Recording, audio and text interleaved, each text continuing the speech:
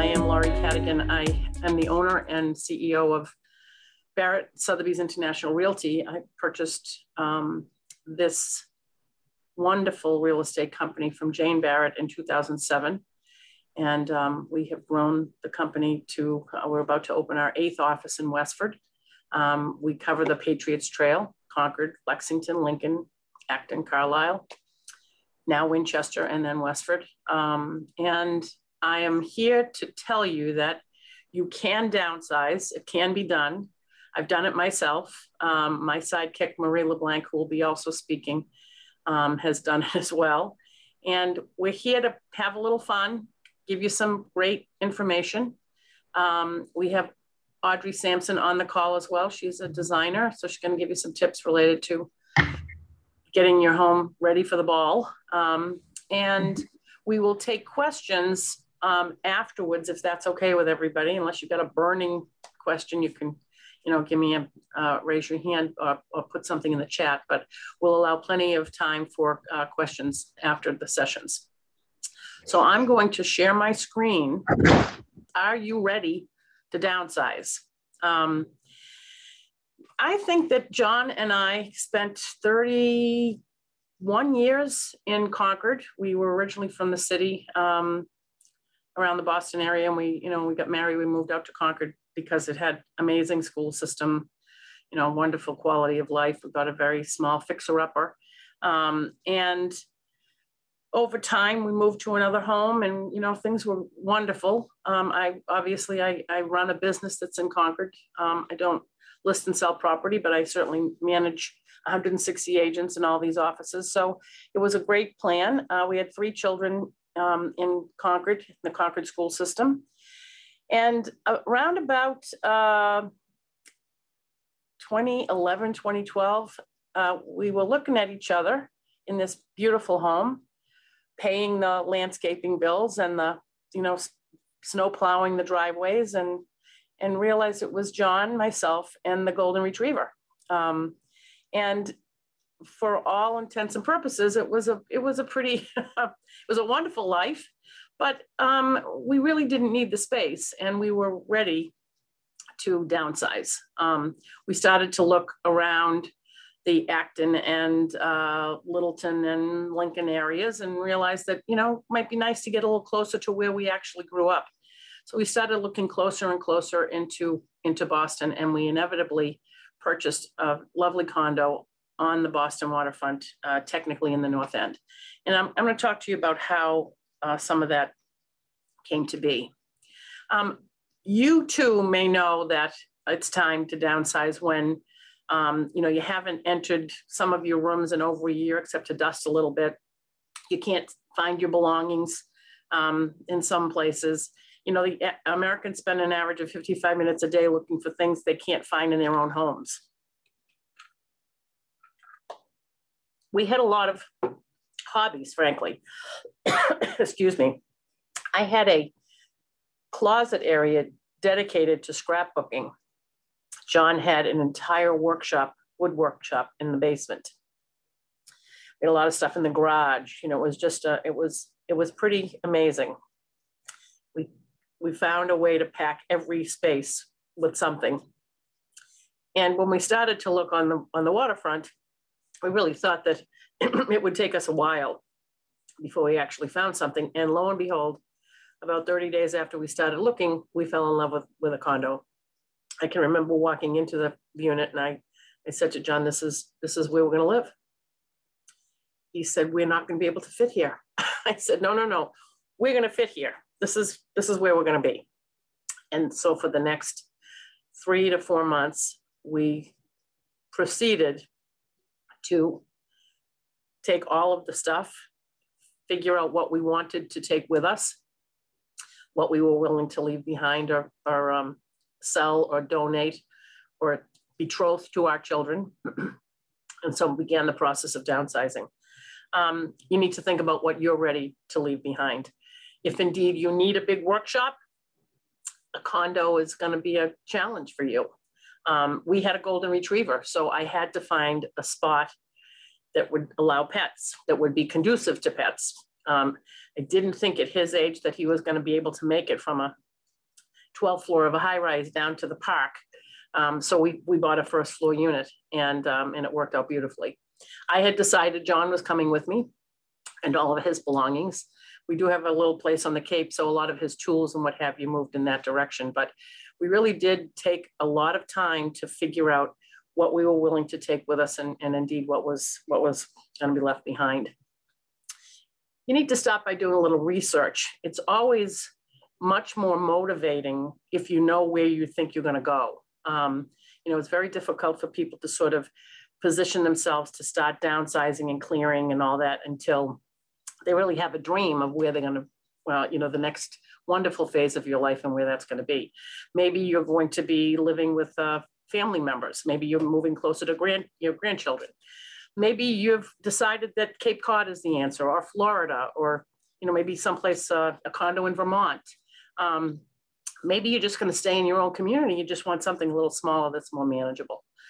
You start to research with friends and family. Where have they moved to? Where are they living? Websites, obviously, you know, realtor.com, the mighty Zillow.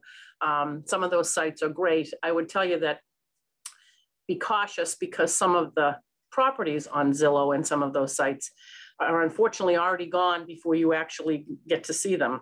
I would suggest that you visit our website. You can look at properties all over Massachusetts through Barrett, SIR.com, and I'll make sure that I share that website with you. We can send you email updates. You've decided that you want to live in Arlington or Cambridge, and it has to be 2 bedrooms, and you need a garage, so maybe it's a townhome. We can build those criteria, and then every time a property comes on the market that matches that criteria, we send you an email so that you're not kind of filtering through all of the available properties and all of the available price ranges. We can get pretty narrow, and we'll talk about how you can do that. It's a great idea. Once upon a time, we used to do open houses during the pandemic. That's not so much happening. The way we show properties is very, very cautiously and carefully now. Usually it's by appointment. So a lot of those open houses are not available for you to do a lot of investigating, but we're certainly happy to make appointments for you to see properties. So you start to do your research. And then one of the things that you need to come to terms with is, would you sell before you buy? Would you buy before you, and then would you sell and then buy? One of the challenges for John and I was that unfortunately we needed to sell our property in order to afford this wonderful condominium in Boston.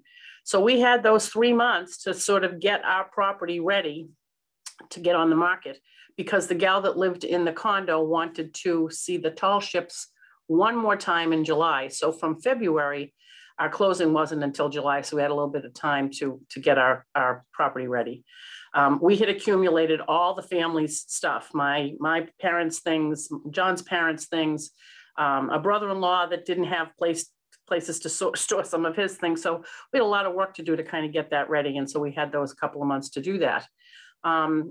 If you're fortunate enough to have either the equity in your current property or not, if you're moving in with a family member and you don't have to worry about selling first, that's a totally different plan. But there are some programs to help you buy before you sell. In fact, we have a buy before you sell program that will allow you to take the equity and the value out of your property and go and buy before you actually sell your property. You need to arrange those closing dates. That's something that realtors are really good at. We try to assist people in figuring out that domino effect of, selling now and then buying and moving. Where do you put items that you want to keep? Sometimes we suggest in many instances that you edit out a lot of your furnishings because you want your property to look fresh and clean and spacious, but you still want to keep some of the bureaus or the desks or what have you. So we have made arrangements with a lot of movers that will allow you to store your things for a couple of months before you move into your new place. But those are the things that you need to think about. Will you need temporary housing? If you need to sell before you buy, maybe the best plan is for you to figure out, no one wants to move 3 times, but there are available temporary housing areas that you can actually take advantage of if you sell your home and haven't found exactly the perfect place that you'd like to move to next. So all of those things obviously factor into your decision. Today's financial picture is, how will you fund the purchase? If indeed you, like John and I, fell in love with someplace before your house was sold or on the market, if you don't, you're not sitting on some of the funds to be able to put a 5% deposit down at a contract place, you will need to investigate maybe an equity loan.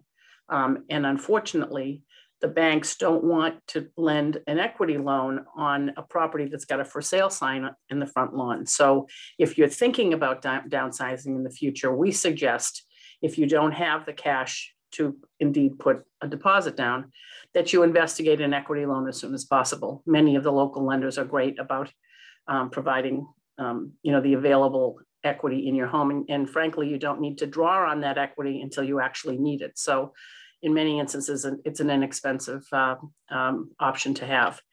Requirements on mortgage financing could be different than they were when you first purchased. And we're happy to introduce you to or to walk you through any of the mortgage financing related to today's market. So the interest rates couldn't be lower. The lending institutions are making things very easy. Most of your application is done online and in a Zoom call similar to what we're doing today. So it's very easy to kind of find out what your financial picture is. And we're happy to introduce you to those folks.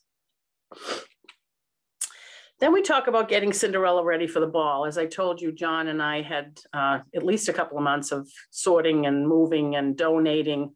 We'll talk a little bit, and Marie will walk you through what to do with the stuff. One of the things that we really took advantage of was household goods in Acton. We did a lot of donating, but they have their requirements of what they will take and what they want. It broke my heart. I really thought my daughter was going to take more of my belongings. And frankly, she walked through my house and I think she took a chair. So, unfortunately, and Marie will talk about this, your children are not going to want a lot of your large, overstuffed furniture, brown furniture, Wedgwood, crystal, a lot, today's generation is that's not trending. So we had a lot of work to do. This, I hate to say it, this was John's office. And obviously you couldn't possibly show an office like that. Can't even see the desk. So we did a lot of that. We decluttered and decluttered and decluttered. And frankly, that's the name of the game. Between Marie and I, and Audrey will remind you that the best way to sell a house is to be able to see a house, and you certainly don't want to distract people with your belongings. I can tell you that not every home needs to look like the HGTV Chip and Joanna Gaines fixer-upper plan, but neutralizing and decluttering is a real good plan. This was my beautiful kitchen. Obviously it's during the holidays, but that was all custom fabrics, draperies, wallpapers. I had my realtors walk through and the first thing they said was all of that stuff's got to come down. So we did do an awful lot of unpersonalizing or depersonalizing. And this is eventually what that kitchen looked like. So that bureau was repurposed. We took the wallpaper down. Everything was very neutralized, neutral panels on the windows, changed out all the brass to that, linen drum fixture, lighting fixture. So, you could actually see it and people could kind of visualize their own things in it. Minor changes are really important. This home at the top, the red walls were just neutralized. That's the same furniture. We did swap out the rug. And you can see that, on the bottom, it looks very fresh and clean. And it's also, it's not a stylized look the way the red walls were. We went right down to the details. Brass at the time was out. Brass is now coming back in, that aged brass look. My husband spent one weekend swapping out all of those kitchen knobs. Sometimes that's the quickest facelift that you can give a kitchen. So those details were really important. I told my kids that if they could, whatever they could fit in 3 bins, I would pay to store, and whatever didn't fit in the bins, they were going to pay to store. And miraculously, they fit everything they wanted to save in those 3 bins. So, you know, it was a process to get, you know, the problem with many of our downsizing issues is it's not only just your things, it's your children's things or your sister's things or a neighbor's, you know, whoever you're storing things for. Marie will talk, and I will also comment on the fact that a lot of people feel like they're going to rent a storage unit. And what we find is, unfortunately, most of the time when people put things in storage, you forget about them. You're paying for the storage monthly. We really recommend that you try to do as little of that storage as possible and try to get to the point where, you know, you've got your decluttering done efficiently. And then there are the clothes. You know, unfortunately, I've got 3 different sizes in my closet. You know, I'm sometimes a 10, I'm sometimes a 12, I'm sometimes a 14. It wasn't easy to find places to sell clothing.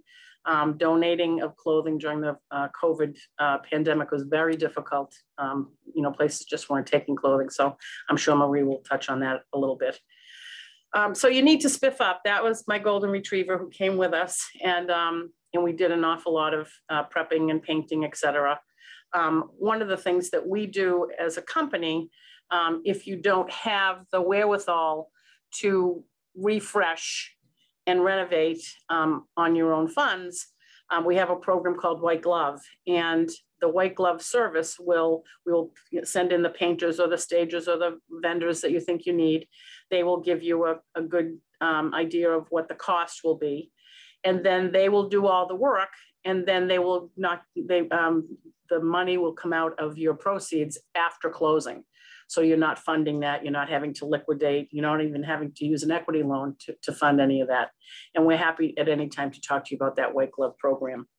It's part of our Steps to Sold program. It starts with a consultation in your home or by Facebook, if you know, Facebook, FaceTime if you prefer. A lot of people are not comfortable with having people in their home right now, and we certainly understand that. But we start with a consultation. I will tell you, we can typically save you an awful lot of money because sometimes what you're seeing on HGTV television or the home channel is a total refresh of a kitchen. And sometimes we will suggest that you not do the kitchen. You know, someone may want to put their own stamp on the property and redo a kitchen.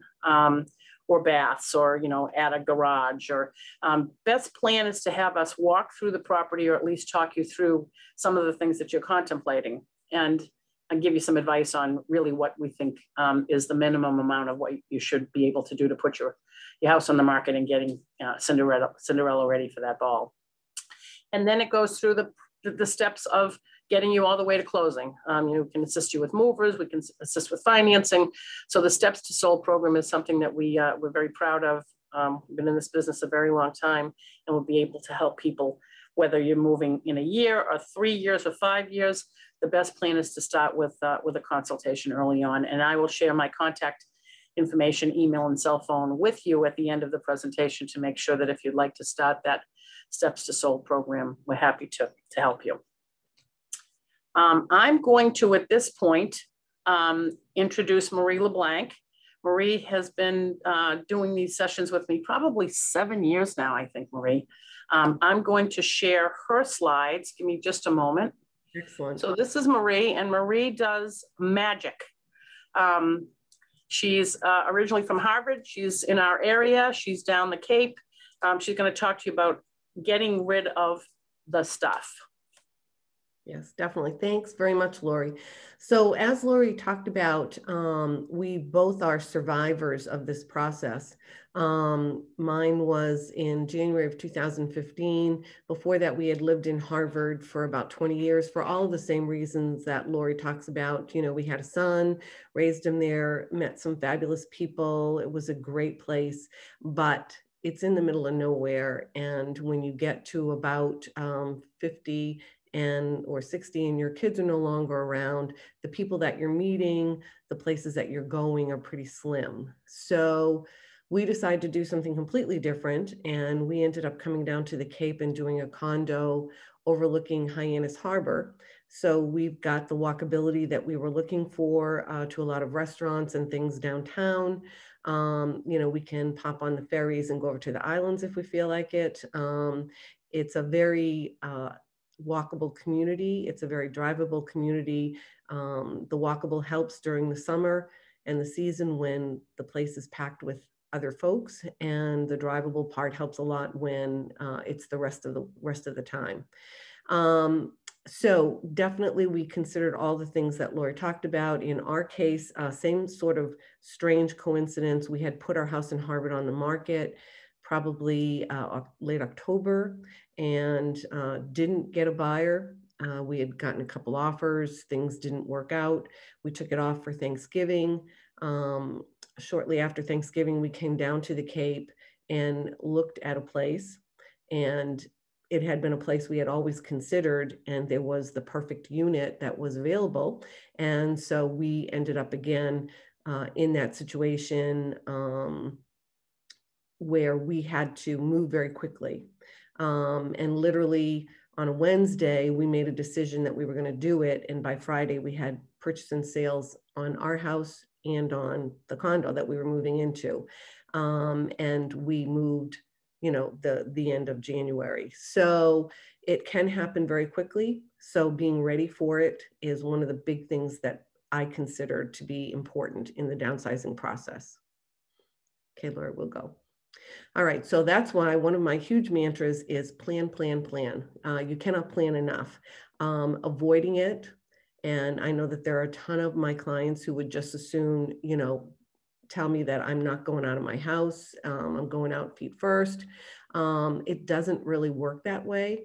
And it doesn't necessarily mean as your world gets smaller, your friends either move away or pass away, your kids move away, can't really see the grandkids. The world gets very small, and it's very hard then to go and make a huge jump like that. So accepting conflict and stress is sort of part of the process. Moving's hard anyway, but moving when you're a little bit older is harder yet. Laurie talked about the fact that, you have to know your space. And one of the things that we do to help folks to figure out what exactly they're going to take is to do a floor plan. We basically do a small scale drawing of the place you're moving into. We start with the basics, the bed, the couch, the TV, where you're going to watch TV, where you're going to do your office, where you're going to do your hobbies, how you're going to stock the kitchen, what do you need? And we come up with a floor plan that's custom for you. In terms of sort of putting off the decision though, to make decisions about what you're keeping, thinking, well, I don't really know where I'm going, so I don't really know what I'm going to take. What I'd say to you is, if it took 30 years, 40 years that you've been living in your house and you've been accumulating that long, the idea that I find a place and then 2 months later, I'm going to be able to, easily divest of 20, 30, 40 years of possessions is probably not a good math equation to put yourself into.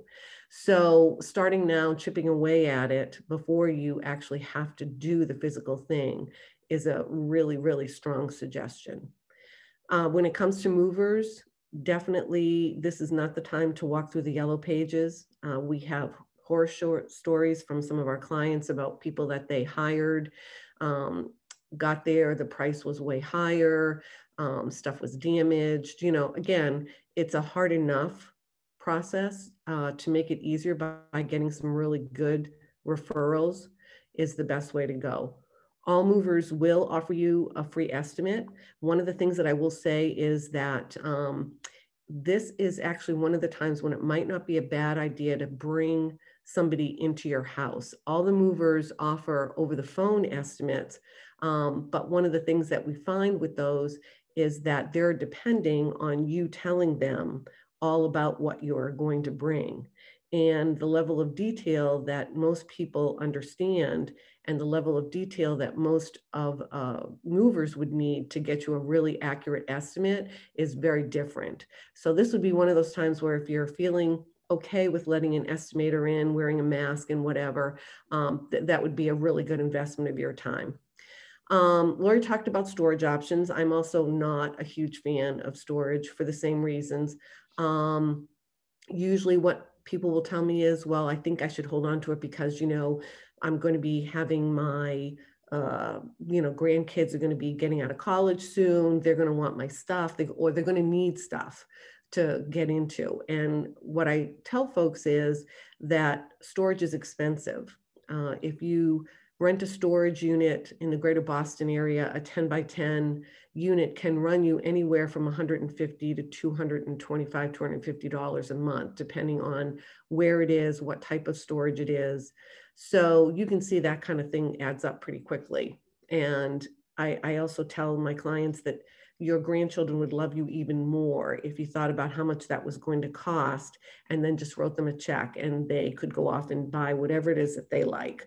And also the other big storage option though, as Laurie described, if you've got an overlapping time where your new place isn't quite ready and your old place needs to be gone out of, movers do have storage that they can put everything in there.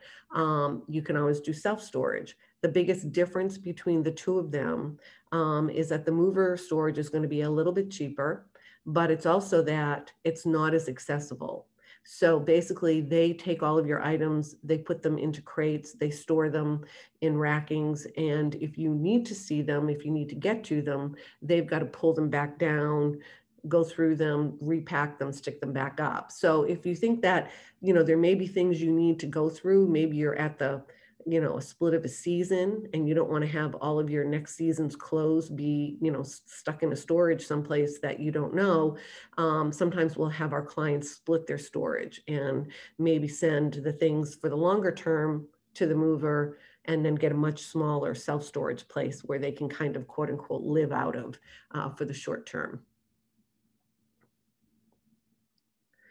All right, and in terms of COVID and the thing that has happened, so one of the biggest things is that I think when we went into this and everyone was thinking, okay, you know, it's this time last year and maybe by Easter we'll be out of this, you know, and then all of a sudden now here we are and it's coming up on a second Easter and we're not out of it. I think there came a point in time for a lot of my clients and a lot of people who were in the at-home mode, probably May, June timeframe, when they realized this was not ending anytime soon. And so you now have families of 4, families of 5, young kids, all of a sudden, you know, being able to just do your homework at the kitchen table doesn't work anymore. You know, being able to work a few days from home at the kitchen table doesn't work anymore.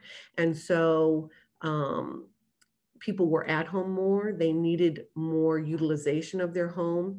And frankly, they got pretty sick of looking at the stuff that they probably were thinking of changing out anyway.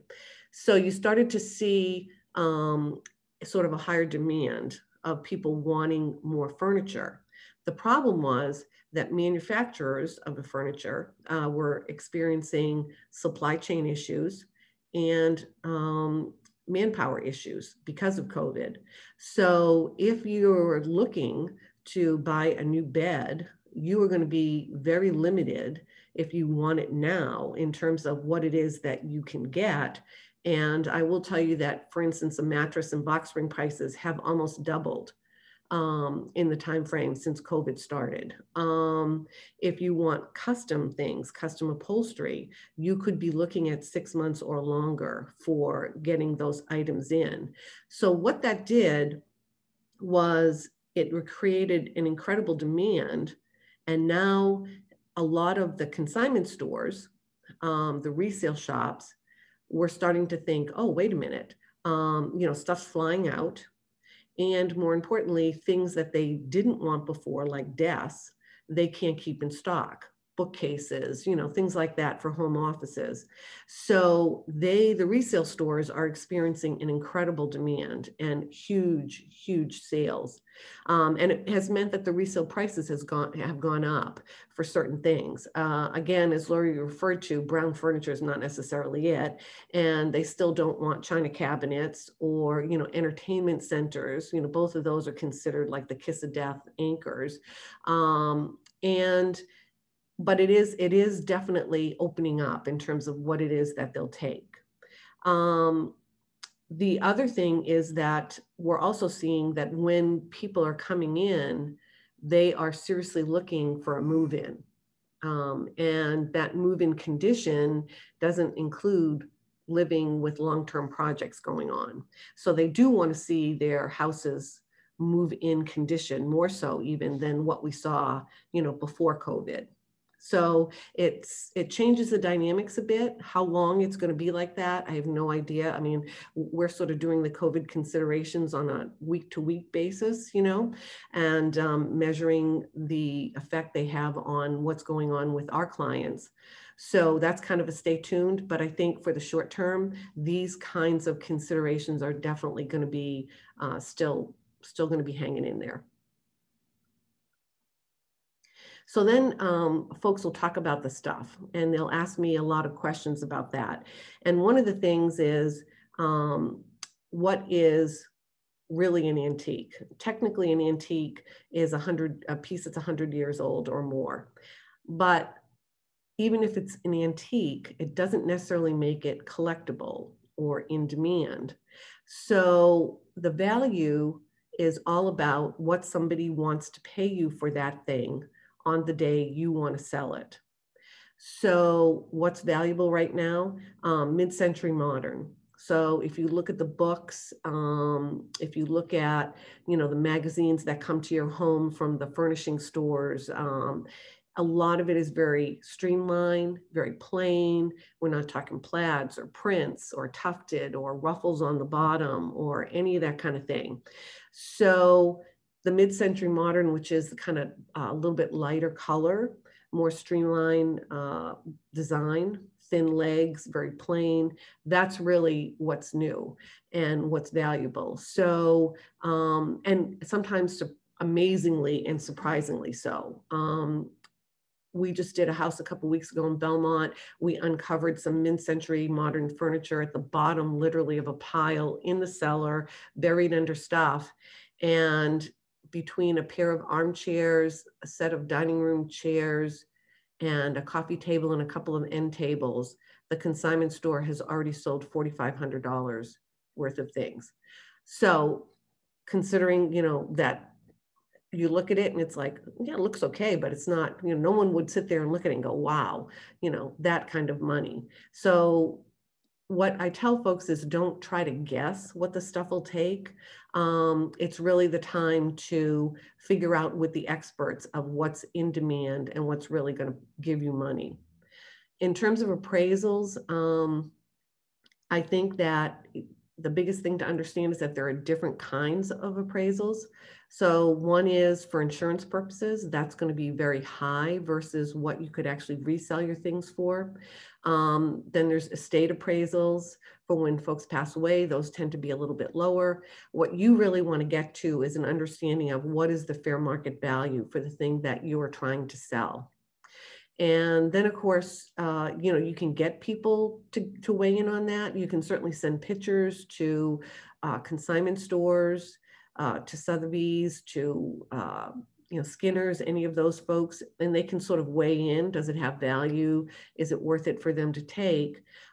If you're going to want something in writing, that usually will cost anywhere from $500 to $1,500 minimum, depending on how many items that you have.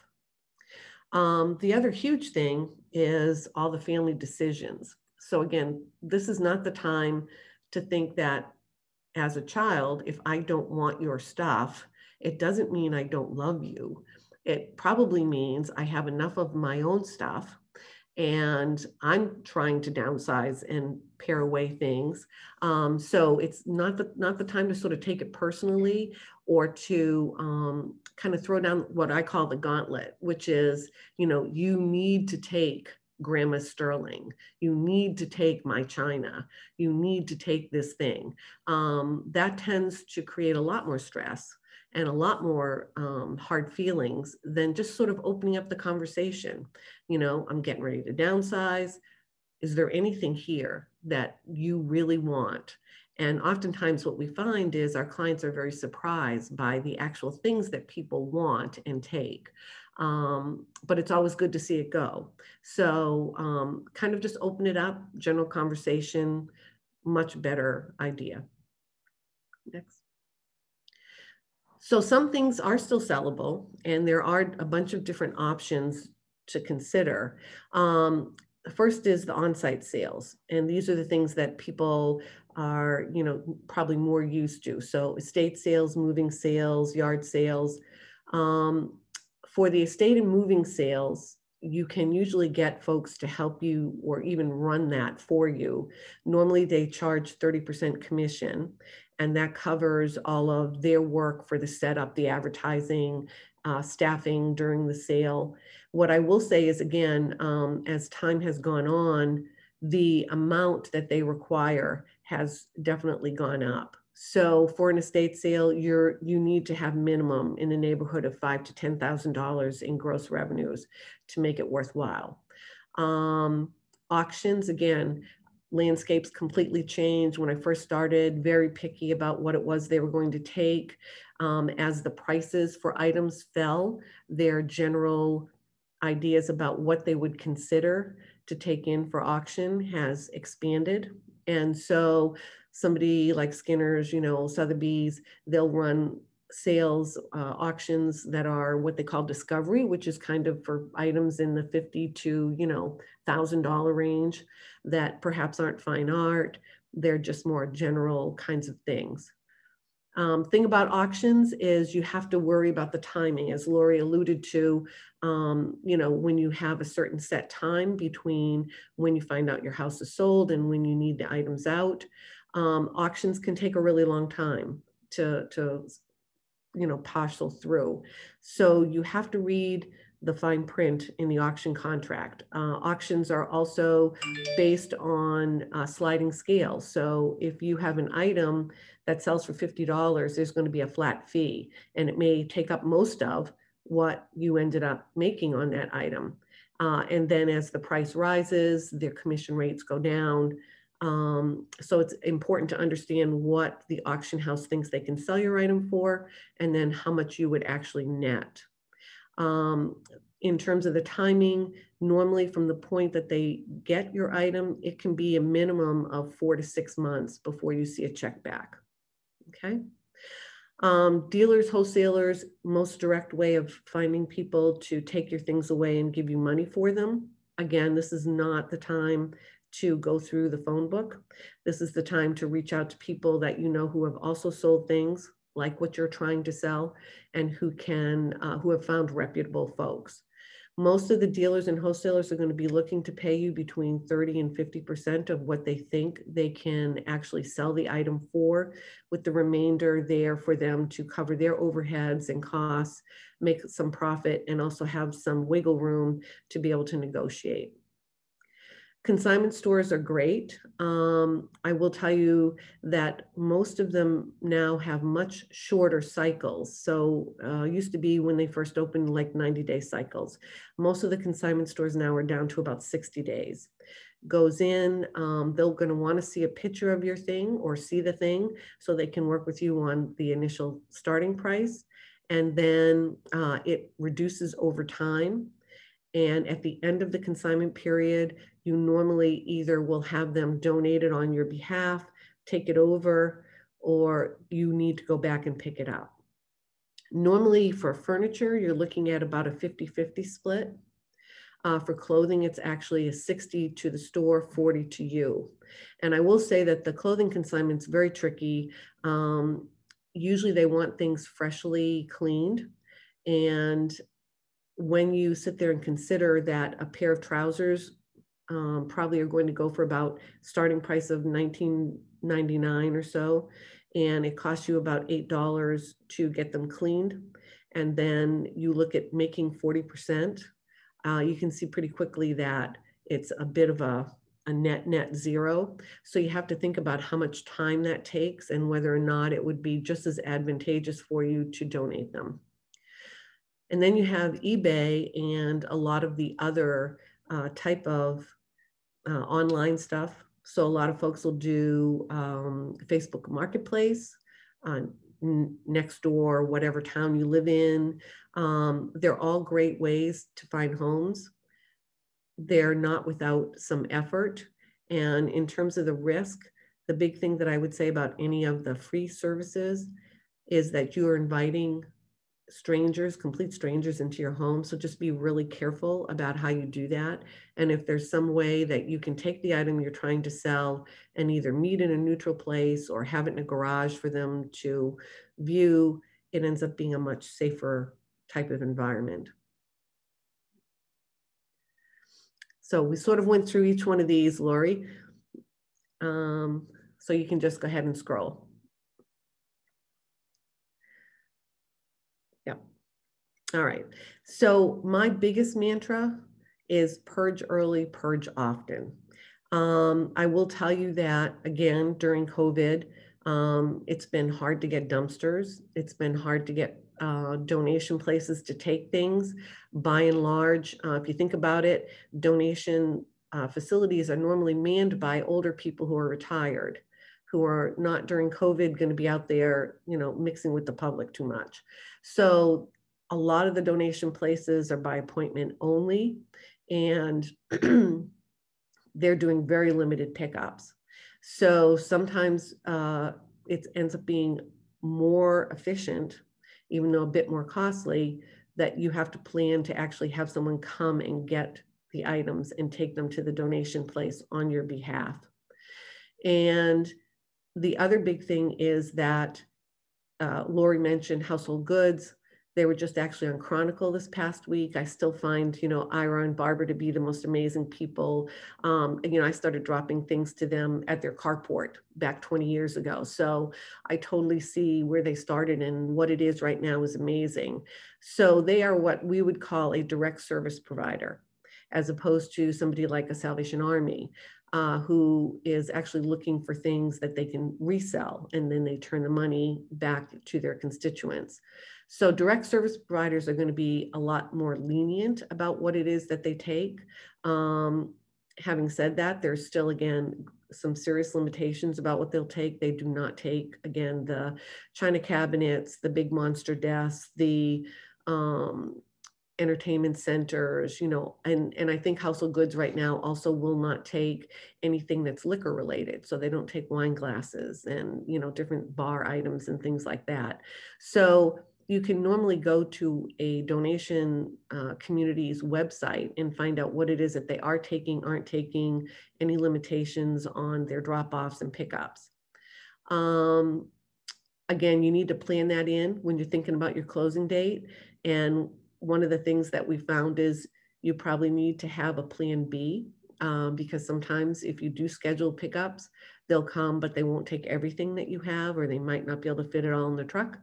So a good plan B of having someone who will come and pick things up close to your closing date is always effective. The other huge thing is that we tell folks, when we go into homes, if you're looking at a 4-bedroom, 2.5 bath colonial, full attic, full basement, garage, sheds out back, normally if we're in the crunch and we come in, you're looking at a minimum of 2 dumpsters, or somewhere between 2 and 3 truckloads that we take out of those homes. And if you look at the charge for that, it's normally in about the $1,500 to $1,800 each. So if you look at trying to go in and be very methodical about actually cleaning out and putting out at least 1 bag of extra trash every week with your normal pickup, which, trust me, that's like nothing. You can fill a bag easily going into a closet, drawer, cabinet, cellar, whatever. at the end of a year, you would have put out an equivalent to one 30-yard dumpster. And you can save yourself that money just kind of doing it on your own and plugging away at it. So that's really the consideration that we ask people to take into account, and to sort of give you a little bit of motivation for how you can do some of this on your own and save yourself some money. So people will say, oh my God, I can't get started. It's like, yeah, you can. Again, grab a trash bag, fill it up. You'd be amazed once you get started. And go back to the idea that I've been filling my home for 20 or 30 or 40 years. It's going to be iterative. Some things are going to be easy to deal with. Some things are going to be easy to get rid of. Some things are going to be very hard. And so give yourself the time and the energy to do that. And if you need help, we're here.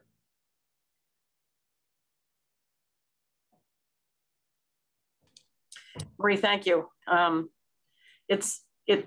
process just needs to start. We've had a lot of people just start in one closet, right? Yeah. Start with a closet, try to start in your basement or your garage or whatever. And as I mentioned, we'll make sure that everybody gets all the contact information for all three of our speakers today. I'm going to stop sharing my screen and introduce Audrey Sampson. She's joining us today. She's going to share some design tips and strategies with you for downsizing with style and intentionality. Audrey's the principal designer and owner of Audrey Interiors, located in Harvard. She is a certified color strategist and specializes in working with the matriarch of families to create homes that capture the spirit of family. So Audrey, I am not sharing anymore. You should be able to share your screen. And you're muted, so unmute yourself. Okay, there we go. All right. Can you see my screen? I can see you. I cannot see your screen. Ah, let's see. So down the bottom, it should say share screen. Okay. So it's a green button usually. Yep, I've got the, let's see there. Is that working? It is not. Let's see. Share. Please grant browser learn more. Okay, bear with me. I don't know why it's letting me share.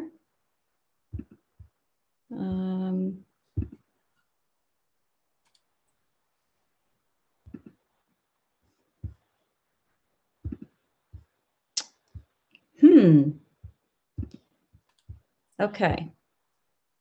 You have your slides up on your screen? I do. They're right here. Okay, and but so you don't see them. All I'm seeing is your camera. Huh. Okay, let's see what's going on here.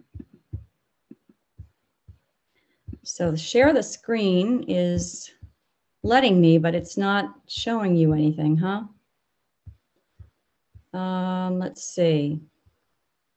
Okay, hold on one moment. I'm going to see if I can.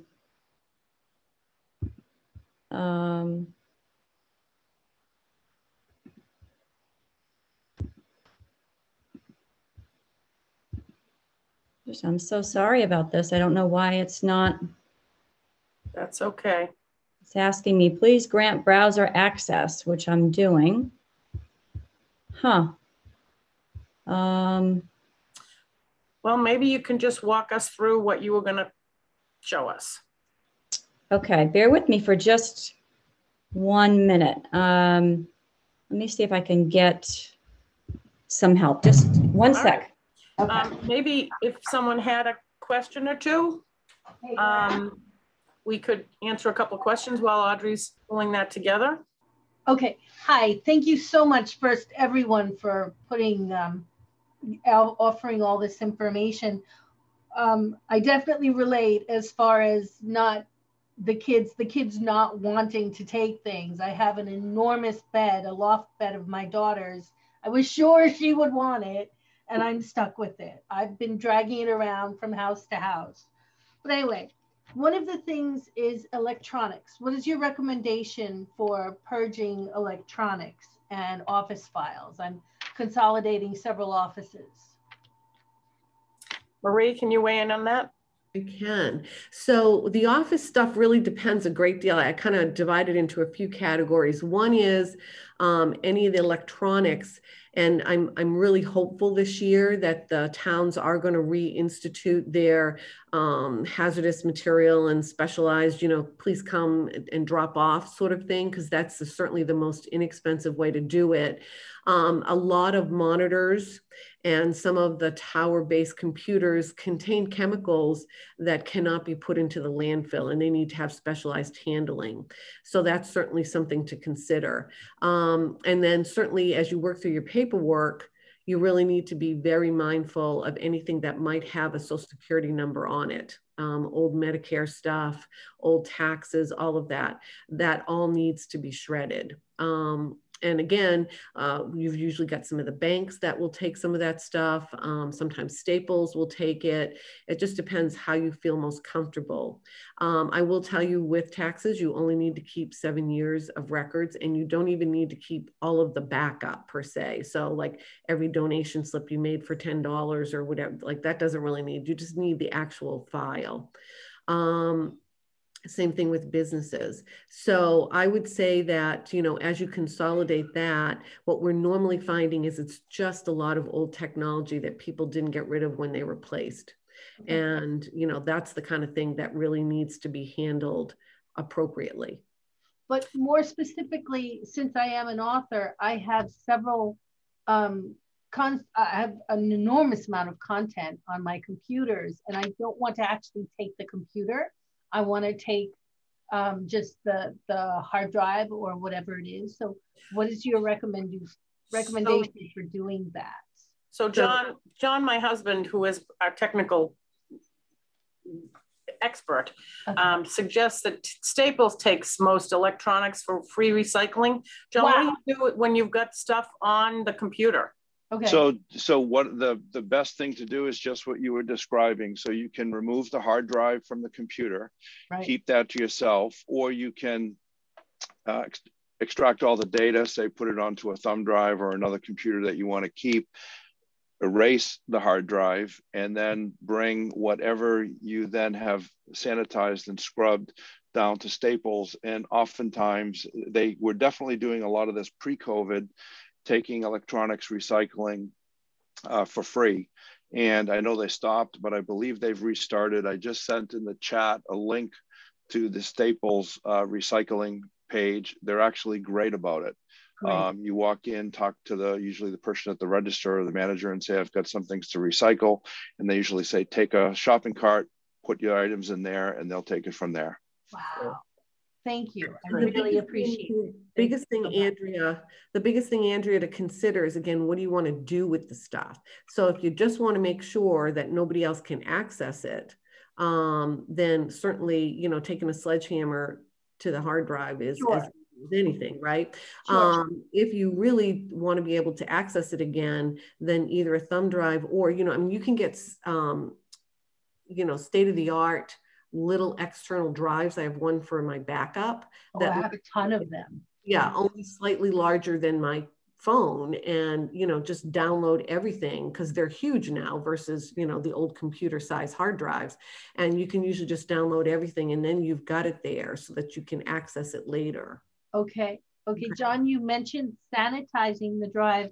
What I've done in the past is I've worked together with my internet provider is Optimum here. So they have walked me through on a tech support level what to do to be able to save a drive onto an external, and that would just clear it, and then it would reboot as factory default. Is that sufficient? Well, it depends on the device. So if you had an iPad or something, there are ways that you can reset the iPad. Computers themselves, where there are actually hard drives involved. Desktop, yeah, you've got to actually do a reformat of that drive or something like that. And as Marie said, really the safest thing to do is to remove the hard drive and then physically destroy it. That's the safest way to go. Okay. All righty. Thank you. We got another question in the chat. What sort of temporary housing between selling and buying does not require a year-long lease? In fact, there are several places. There are Katahdin Woods in Lexington, some of the Avalon properties. They're all available for temporary. In fact, we have a couple of temporary housing locations that are furnished. So if you could, you store all of your stuff, move into temporary housing. There's a couple of temporary housing. They look like hotels down in Burlington. They are furnished. So we've got a list of those, and I'll be sending those along with some of the yellow page recommendations for painters and wallpapers and floor refinishes and what have you after the seminar to all of you. Audrey, any luck? I am good to go. Oh, great. If you want to share my screen, I can. No, you need to share your screen. Okay, so I'm sharing, and I think you just have to disable it maybe, Laurie. It says host disabled, attendee screen sharing. Okay, so I think we're good to go. No, it's in settings. No? I think you have to allow it, Laurie, on your settings. Did you? Yeah, you should be all set, Audrey. Try it now. Okay, excellent. Okay, sorry about that, everybody. Is it now sharing? No. Yep. Here we go. There we go. There we go. Okay. Finally, good morning, everybody. Thank you, Laurie, for having me. I'm so excited to be here today to share some design tips with you all for downsizing. Again, I'm Audrey Sampson. I'm the founder, designer of Audrey Interiors, but more importantly, I'm also a mother of 3 adult children. So I understand you want to have a home that's really a hub for creating special memories with your family. And it's not at all about having a big home. It's really about creating the spaces that allow you to create those memories. And you can do that with downsizing. So in my experience, talking with a lot of people, clients, friends, family, this is what I found to be really the most important and the most helpful things to consider when you are downsizing. So the 3 tips that I want to share with you today: choosing dynamic furniture for your new home, creating focal points, and creating a color statement in your new home. So the first tip, choosing dynamic furniture. I actually love this quote by William Morris. Have nothing in your house that you do not know to be useful or believe to be beautiful. And I really think that this quote speaks to all of us right now as we're kind of entering into this new phase in our lives, downsizing into a more intimate home, and bringing only those things that are really the most meaningful to us. But there are a couple of things that you want to consider when you are selecting new furniture for your new home. You want to choose furniture that's going to be very suitable to the space. You want to consider making furniture selections for potentially multifunctional rooms. And then when you do that, you want to start thinking about establishing a budget. Okay, so in terms of like making furniture very suitable, you want furniture that's going to accommodate your children and your grandchildren, but also furniture that's going to be really dynamic and very comfortable, kind of allowing you to transition into your new home with ease. And I think sectionals are really a great way to do that, because you can kind of rearrange them, you can reconfigure them depending on whatever is going on in that room at that time.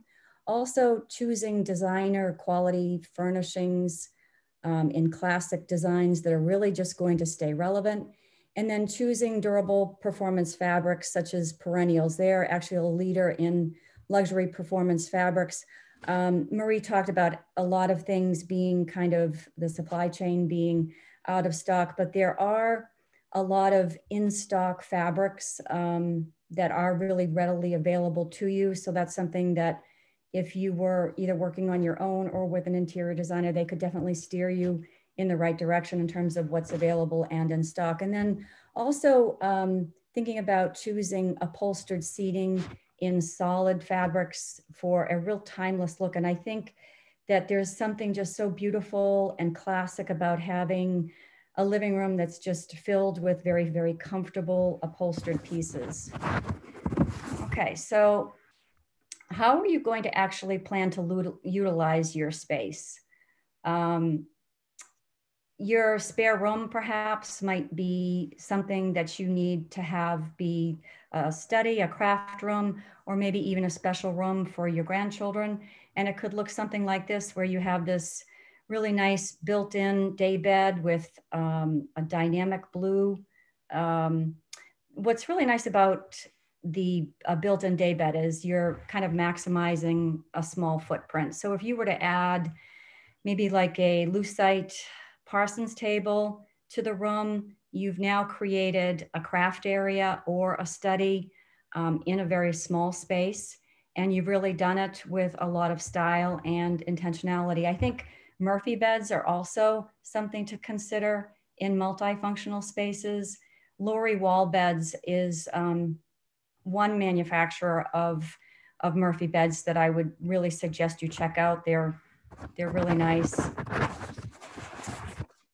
In terms of multifunctional spaces, I think that this is really, it's just another really nice way of creating a feeling of intimacy and warmth in your spaces that are very suitable and multifunctional. I think you actually have kind of a leg up in doing that when you're downsizing. And then furniture placement in your room is really a key role in being able to do that. So when you look at this photo of this dining area, the dining room obviously can be used for dinner gatherings, but also for a place to play games and entertain. And you see the floor lamp there in the background. It's actually really, again, it's kind of like this relevant piece that defines the space for you. And I think one of the things to think about in creating multifunctional spaces is to really elevate each and every element. So this Parsons table, it's acting beautifully as a writing desk and as a serving station in the dining area, but it's sleek, it's kind of special. So then once you've kind of just established how you're going to use each room, you want to start thinking about creating a furnishings budget. And as Marie said, planning is really important. I think it takes a lot of the overwhelm away. So one way to do that is to go on Williams-Sonoma Home, Pottery Barn, whatever home furnishing store, and start adding items to your cart. Select items by room and by functionality. You know, if it's a sectional, sleep sofa, coffee table. And before you know it, you've got a furnishings budget, and it just gives you a nice, you're just kind of with a very intentional plan. You've thought out how you're going to use the room, and now you have a furnishings budget. Whether you decide to purchase everything all at once, at least you have a nice plan. So my second tip for downsizing with style and intentionality is creating focal points.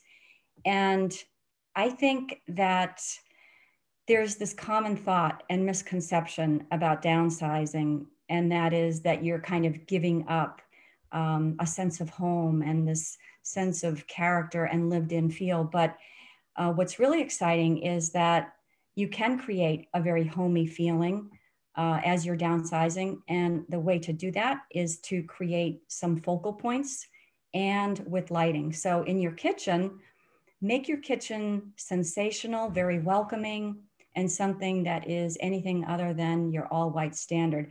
So when I'm designing kitchens, I focus on, I use either the sink or the stove as the focal point. You can create some beautiful tiles around your stove. You can switch out the range hood for something really spectacular.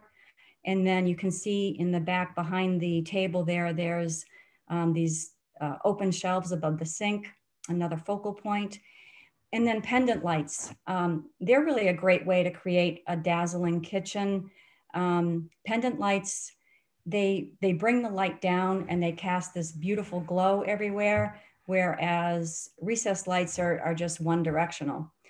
Another thing to do is really splurge on the details, like the hardware in your kitchen.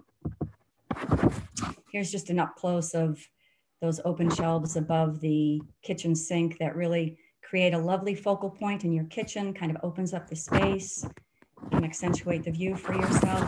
And then in the dining area, living room, I think a great way to add drama is to create a focal point with statement lighting again. I think lighting is everything. If you were to replace some of your recessed lights with pendant lighting for a visual impact, and well, in this photo, you see that the fireplace in the picture window, they're the focal point, but you could certainly make the lighting fixture over your dining area the focal point. And I suggest go bigger than the standard rule of thumb, which is if your dining area is, say, 70 inches long, you know, you would choose a light fixture that's somewhere between 30, 36 inches. I say go bigger, go for that real big statement lighting. And here's another fun way to create a focal point in your more intimate home.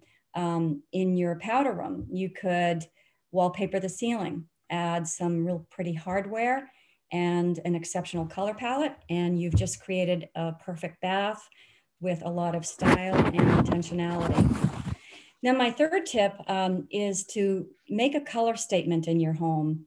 I'd use color to really add interest to every single room. I think the right color really does capture the mood, and it really narrates the story just to reflect the essence of your home. So accent trim is a great way to do that. I would use a darker color. It kind of delineates the edges of the room in a nice way. Use it inside bookcases and on all your architecture to really make it be the very best it can be. Doors, trim, built-ins, and then incorporate color everywhere. So with your textiles and your pillows, to really start to create a color story and let your art and your furniture just sort of be the framework for you to do that. Fabrics make a room really come alive. You can, what I like to do is just blend and repeat the same color in different hues, and then you just kind of keep blending and mix patterns on patterns on patterns. Just a little tip though, when you are using bold colors, use them discriminately. And then just, here are some color trends for your new home that really do tend to stay stylish. Gray, it's really a color that I find most beautiful. Grays and blues, this color really does stand it kind of stands the test of time. It's always very traditional. Blues and whites, this is my favorite color palette. I love it in bedrooms. I think if you were to use blue and white, I would suggest maybe adding a little bit of shimmer, because blue and white alone can be a little bit flat. So maybe bringing in a little bit of shimmer with your shams or accent pillows. And then trends in general, instead of following trends, discover what's right for you, tell your own story, keep your home classic and timeless, and most importantly, your home should really reflect you. And then I'm just going to share quickly my top 12 favorite paint colors that you could easily use in your new home. I'll just highlight a couple of them. Milk Mustache and Coconut, those are C2 paint colors. Milk Mustache has a nice soft hue to it. I think it would work beautifully with more earth tones. Great on maybe a shiplap wall. Skipping down to White PM2, that's actually Benjamin Moore's all-purpose white, and it really does kind of strike a balance between sort of warm and cool, and I would strongly suggest you use that over White Dove. Benjamin Moore changed the formula on White Dove years ago, and it tends to really pull a lot of yellow. As far as blues, Hail Navy is a great blue. It's a little bit grayed out. It has some brown in it, and it's never going to go electric on you. Night Spot is really beautiful moody blue, silver screen, my all-time favorite light blue. Classic gray is just a very, it's a very versatile, very sophisticated gray. Sterling is lovely. Horizon is one of those colors that if you wanted a go-to gray, this is your color. It's simple, it's crisp, it's clean. I think of it in terms of like the gray suit, white shirt, where you could just go in any direction with it. And then pale oak is a lovely, it's more of a taupey gray, a little bit on the cooler side. And I think it would look lovely in more of like a light saturated room. So those are my 12 top paint colors. And then all of my tips. So I hope you find them somewhat helpful as you make this transition. And I'm here as a resource regarding downsizing and how you can make your home a little bit more inviting as you downsize. If you have any questions about paint colors, you can always schedule a complimentary call with me. So thank you so much. That's great, Audrey. I'm so glad that you're able to join us. Oh, thank you so much. I'm going to stop sharing your screen, and I'm going to put up very quickly, if I can, all of the, there we go. So we're happy to take a couple of questions. I know it's 11:45, we're over on our hour, but if you've got any questions, we're happy to answer a few of them.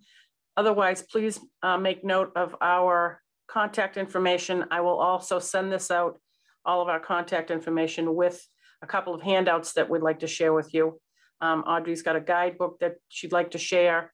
I'm going to send you the Barrett yellow pages, which are vendors who are tried and true by many of our clients. And also, if you just indicate that you've been on a seminar with Barrett Sotheby's or you're working with Barrett Sotheby's, I can guarantee you that you'll get a return phone call, because as Marie said, and I'm sure Audrey can attest, everybody is very busy. Home has become a whole new place. People are buying furniture, painting walls, adding lighting to their patios. So, you know, a lot of the vendors that we typically use to get properties ready are there to help you, and are sure to try to, you know, make some time to handle your project. Any questions immediately? Hi, thank you very much for this presentation. I really enjoyed it. I'm blessed to be working with some of your colleagues, Barbara Weissman in particular. Oh, thank you. That's great. Yes, they're just amazing. A question for you is, I've started working at home. I'm a sign language interpreter, so the equipment that I use is rather bulky. So when it comes time for preparing for sale and photographs and things like that, it's not equipment that I can move, you know, I would have to disassemble my whole thing and then reassemble it. And how does that work with showing and photographs and things like that? Just a quick question. Thank you. Typically, that's a great question. People are obviously using their homes even pre-COVID for things that are important, and don't photograph beautifully because of equipment, et cetera. What we typically do is we'll ask you to pack all that up before the photographer comes. We will then take, you know, beautiful photos, possibly 3D photography, use a Matterport camera now so that you can sort of walk through like a dollhouse view. And then, you know, once we're showing, frankly, because of the lack of inventory, the showings have been really minimized. I mean, it's usually a weekend or two, depending on your property. But if the property is going to stay on a longer period of time, people certainly understand that you are using the house to work and are willing to, you know, look beyond your equipment. I wouldn't be too concerned. Working with Barbara and Candace, you know, they're going to take care of all of that for you. Barbara's a fabulous designer, and you know, their staging expertise has been very, very profitable, I would say, for their clients. So I think that you're in good hands. Thank you very much. You're welcome. Thank you for joining us. Have a wonderful day. Thank you so much for stopping in and sharing your Saturday morning with us. Take care.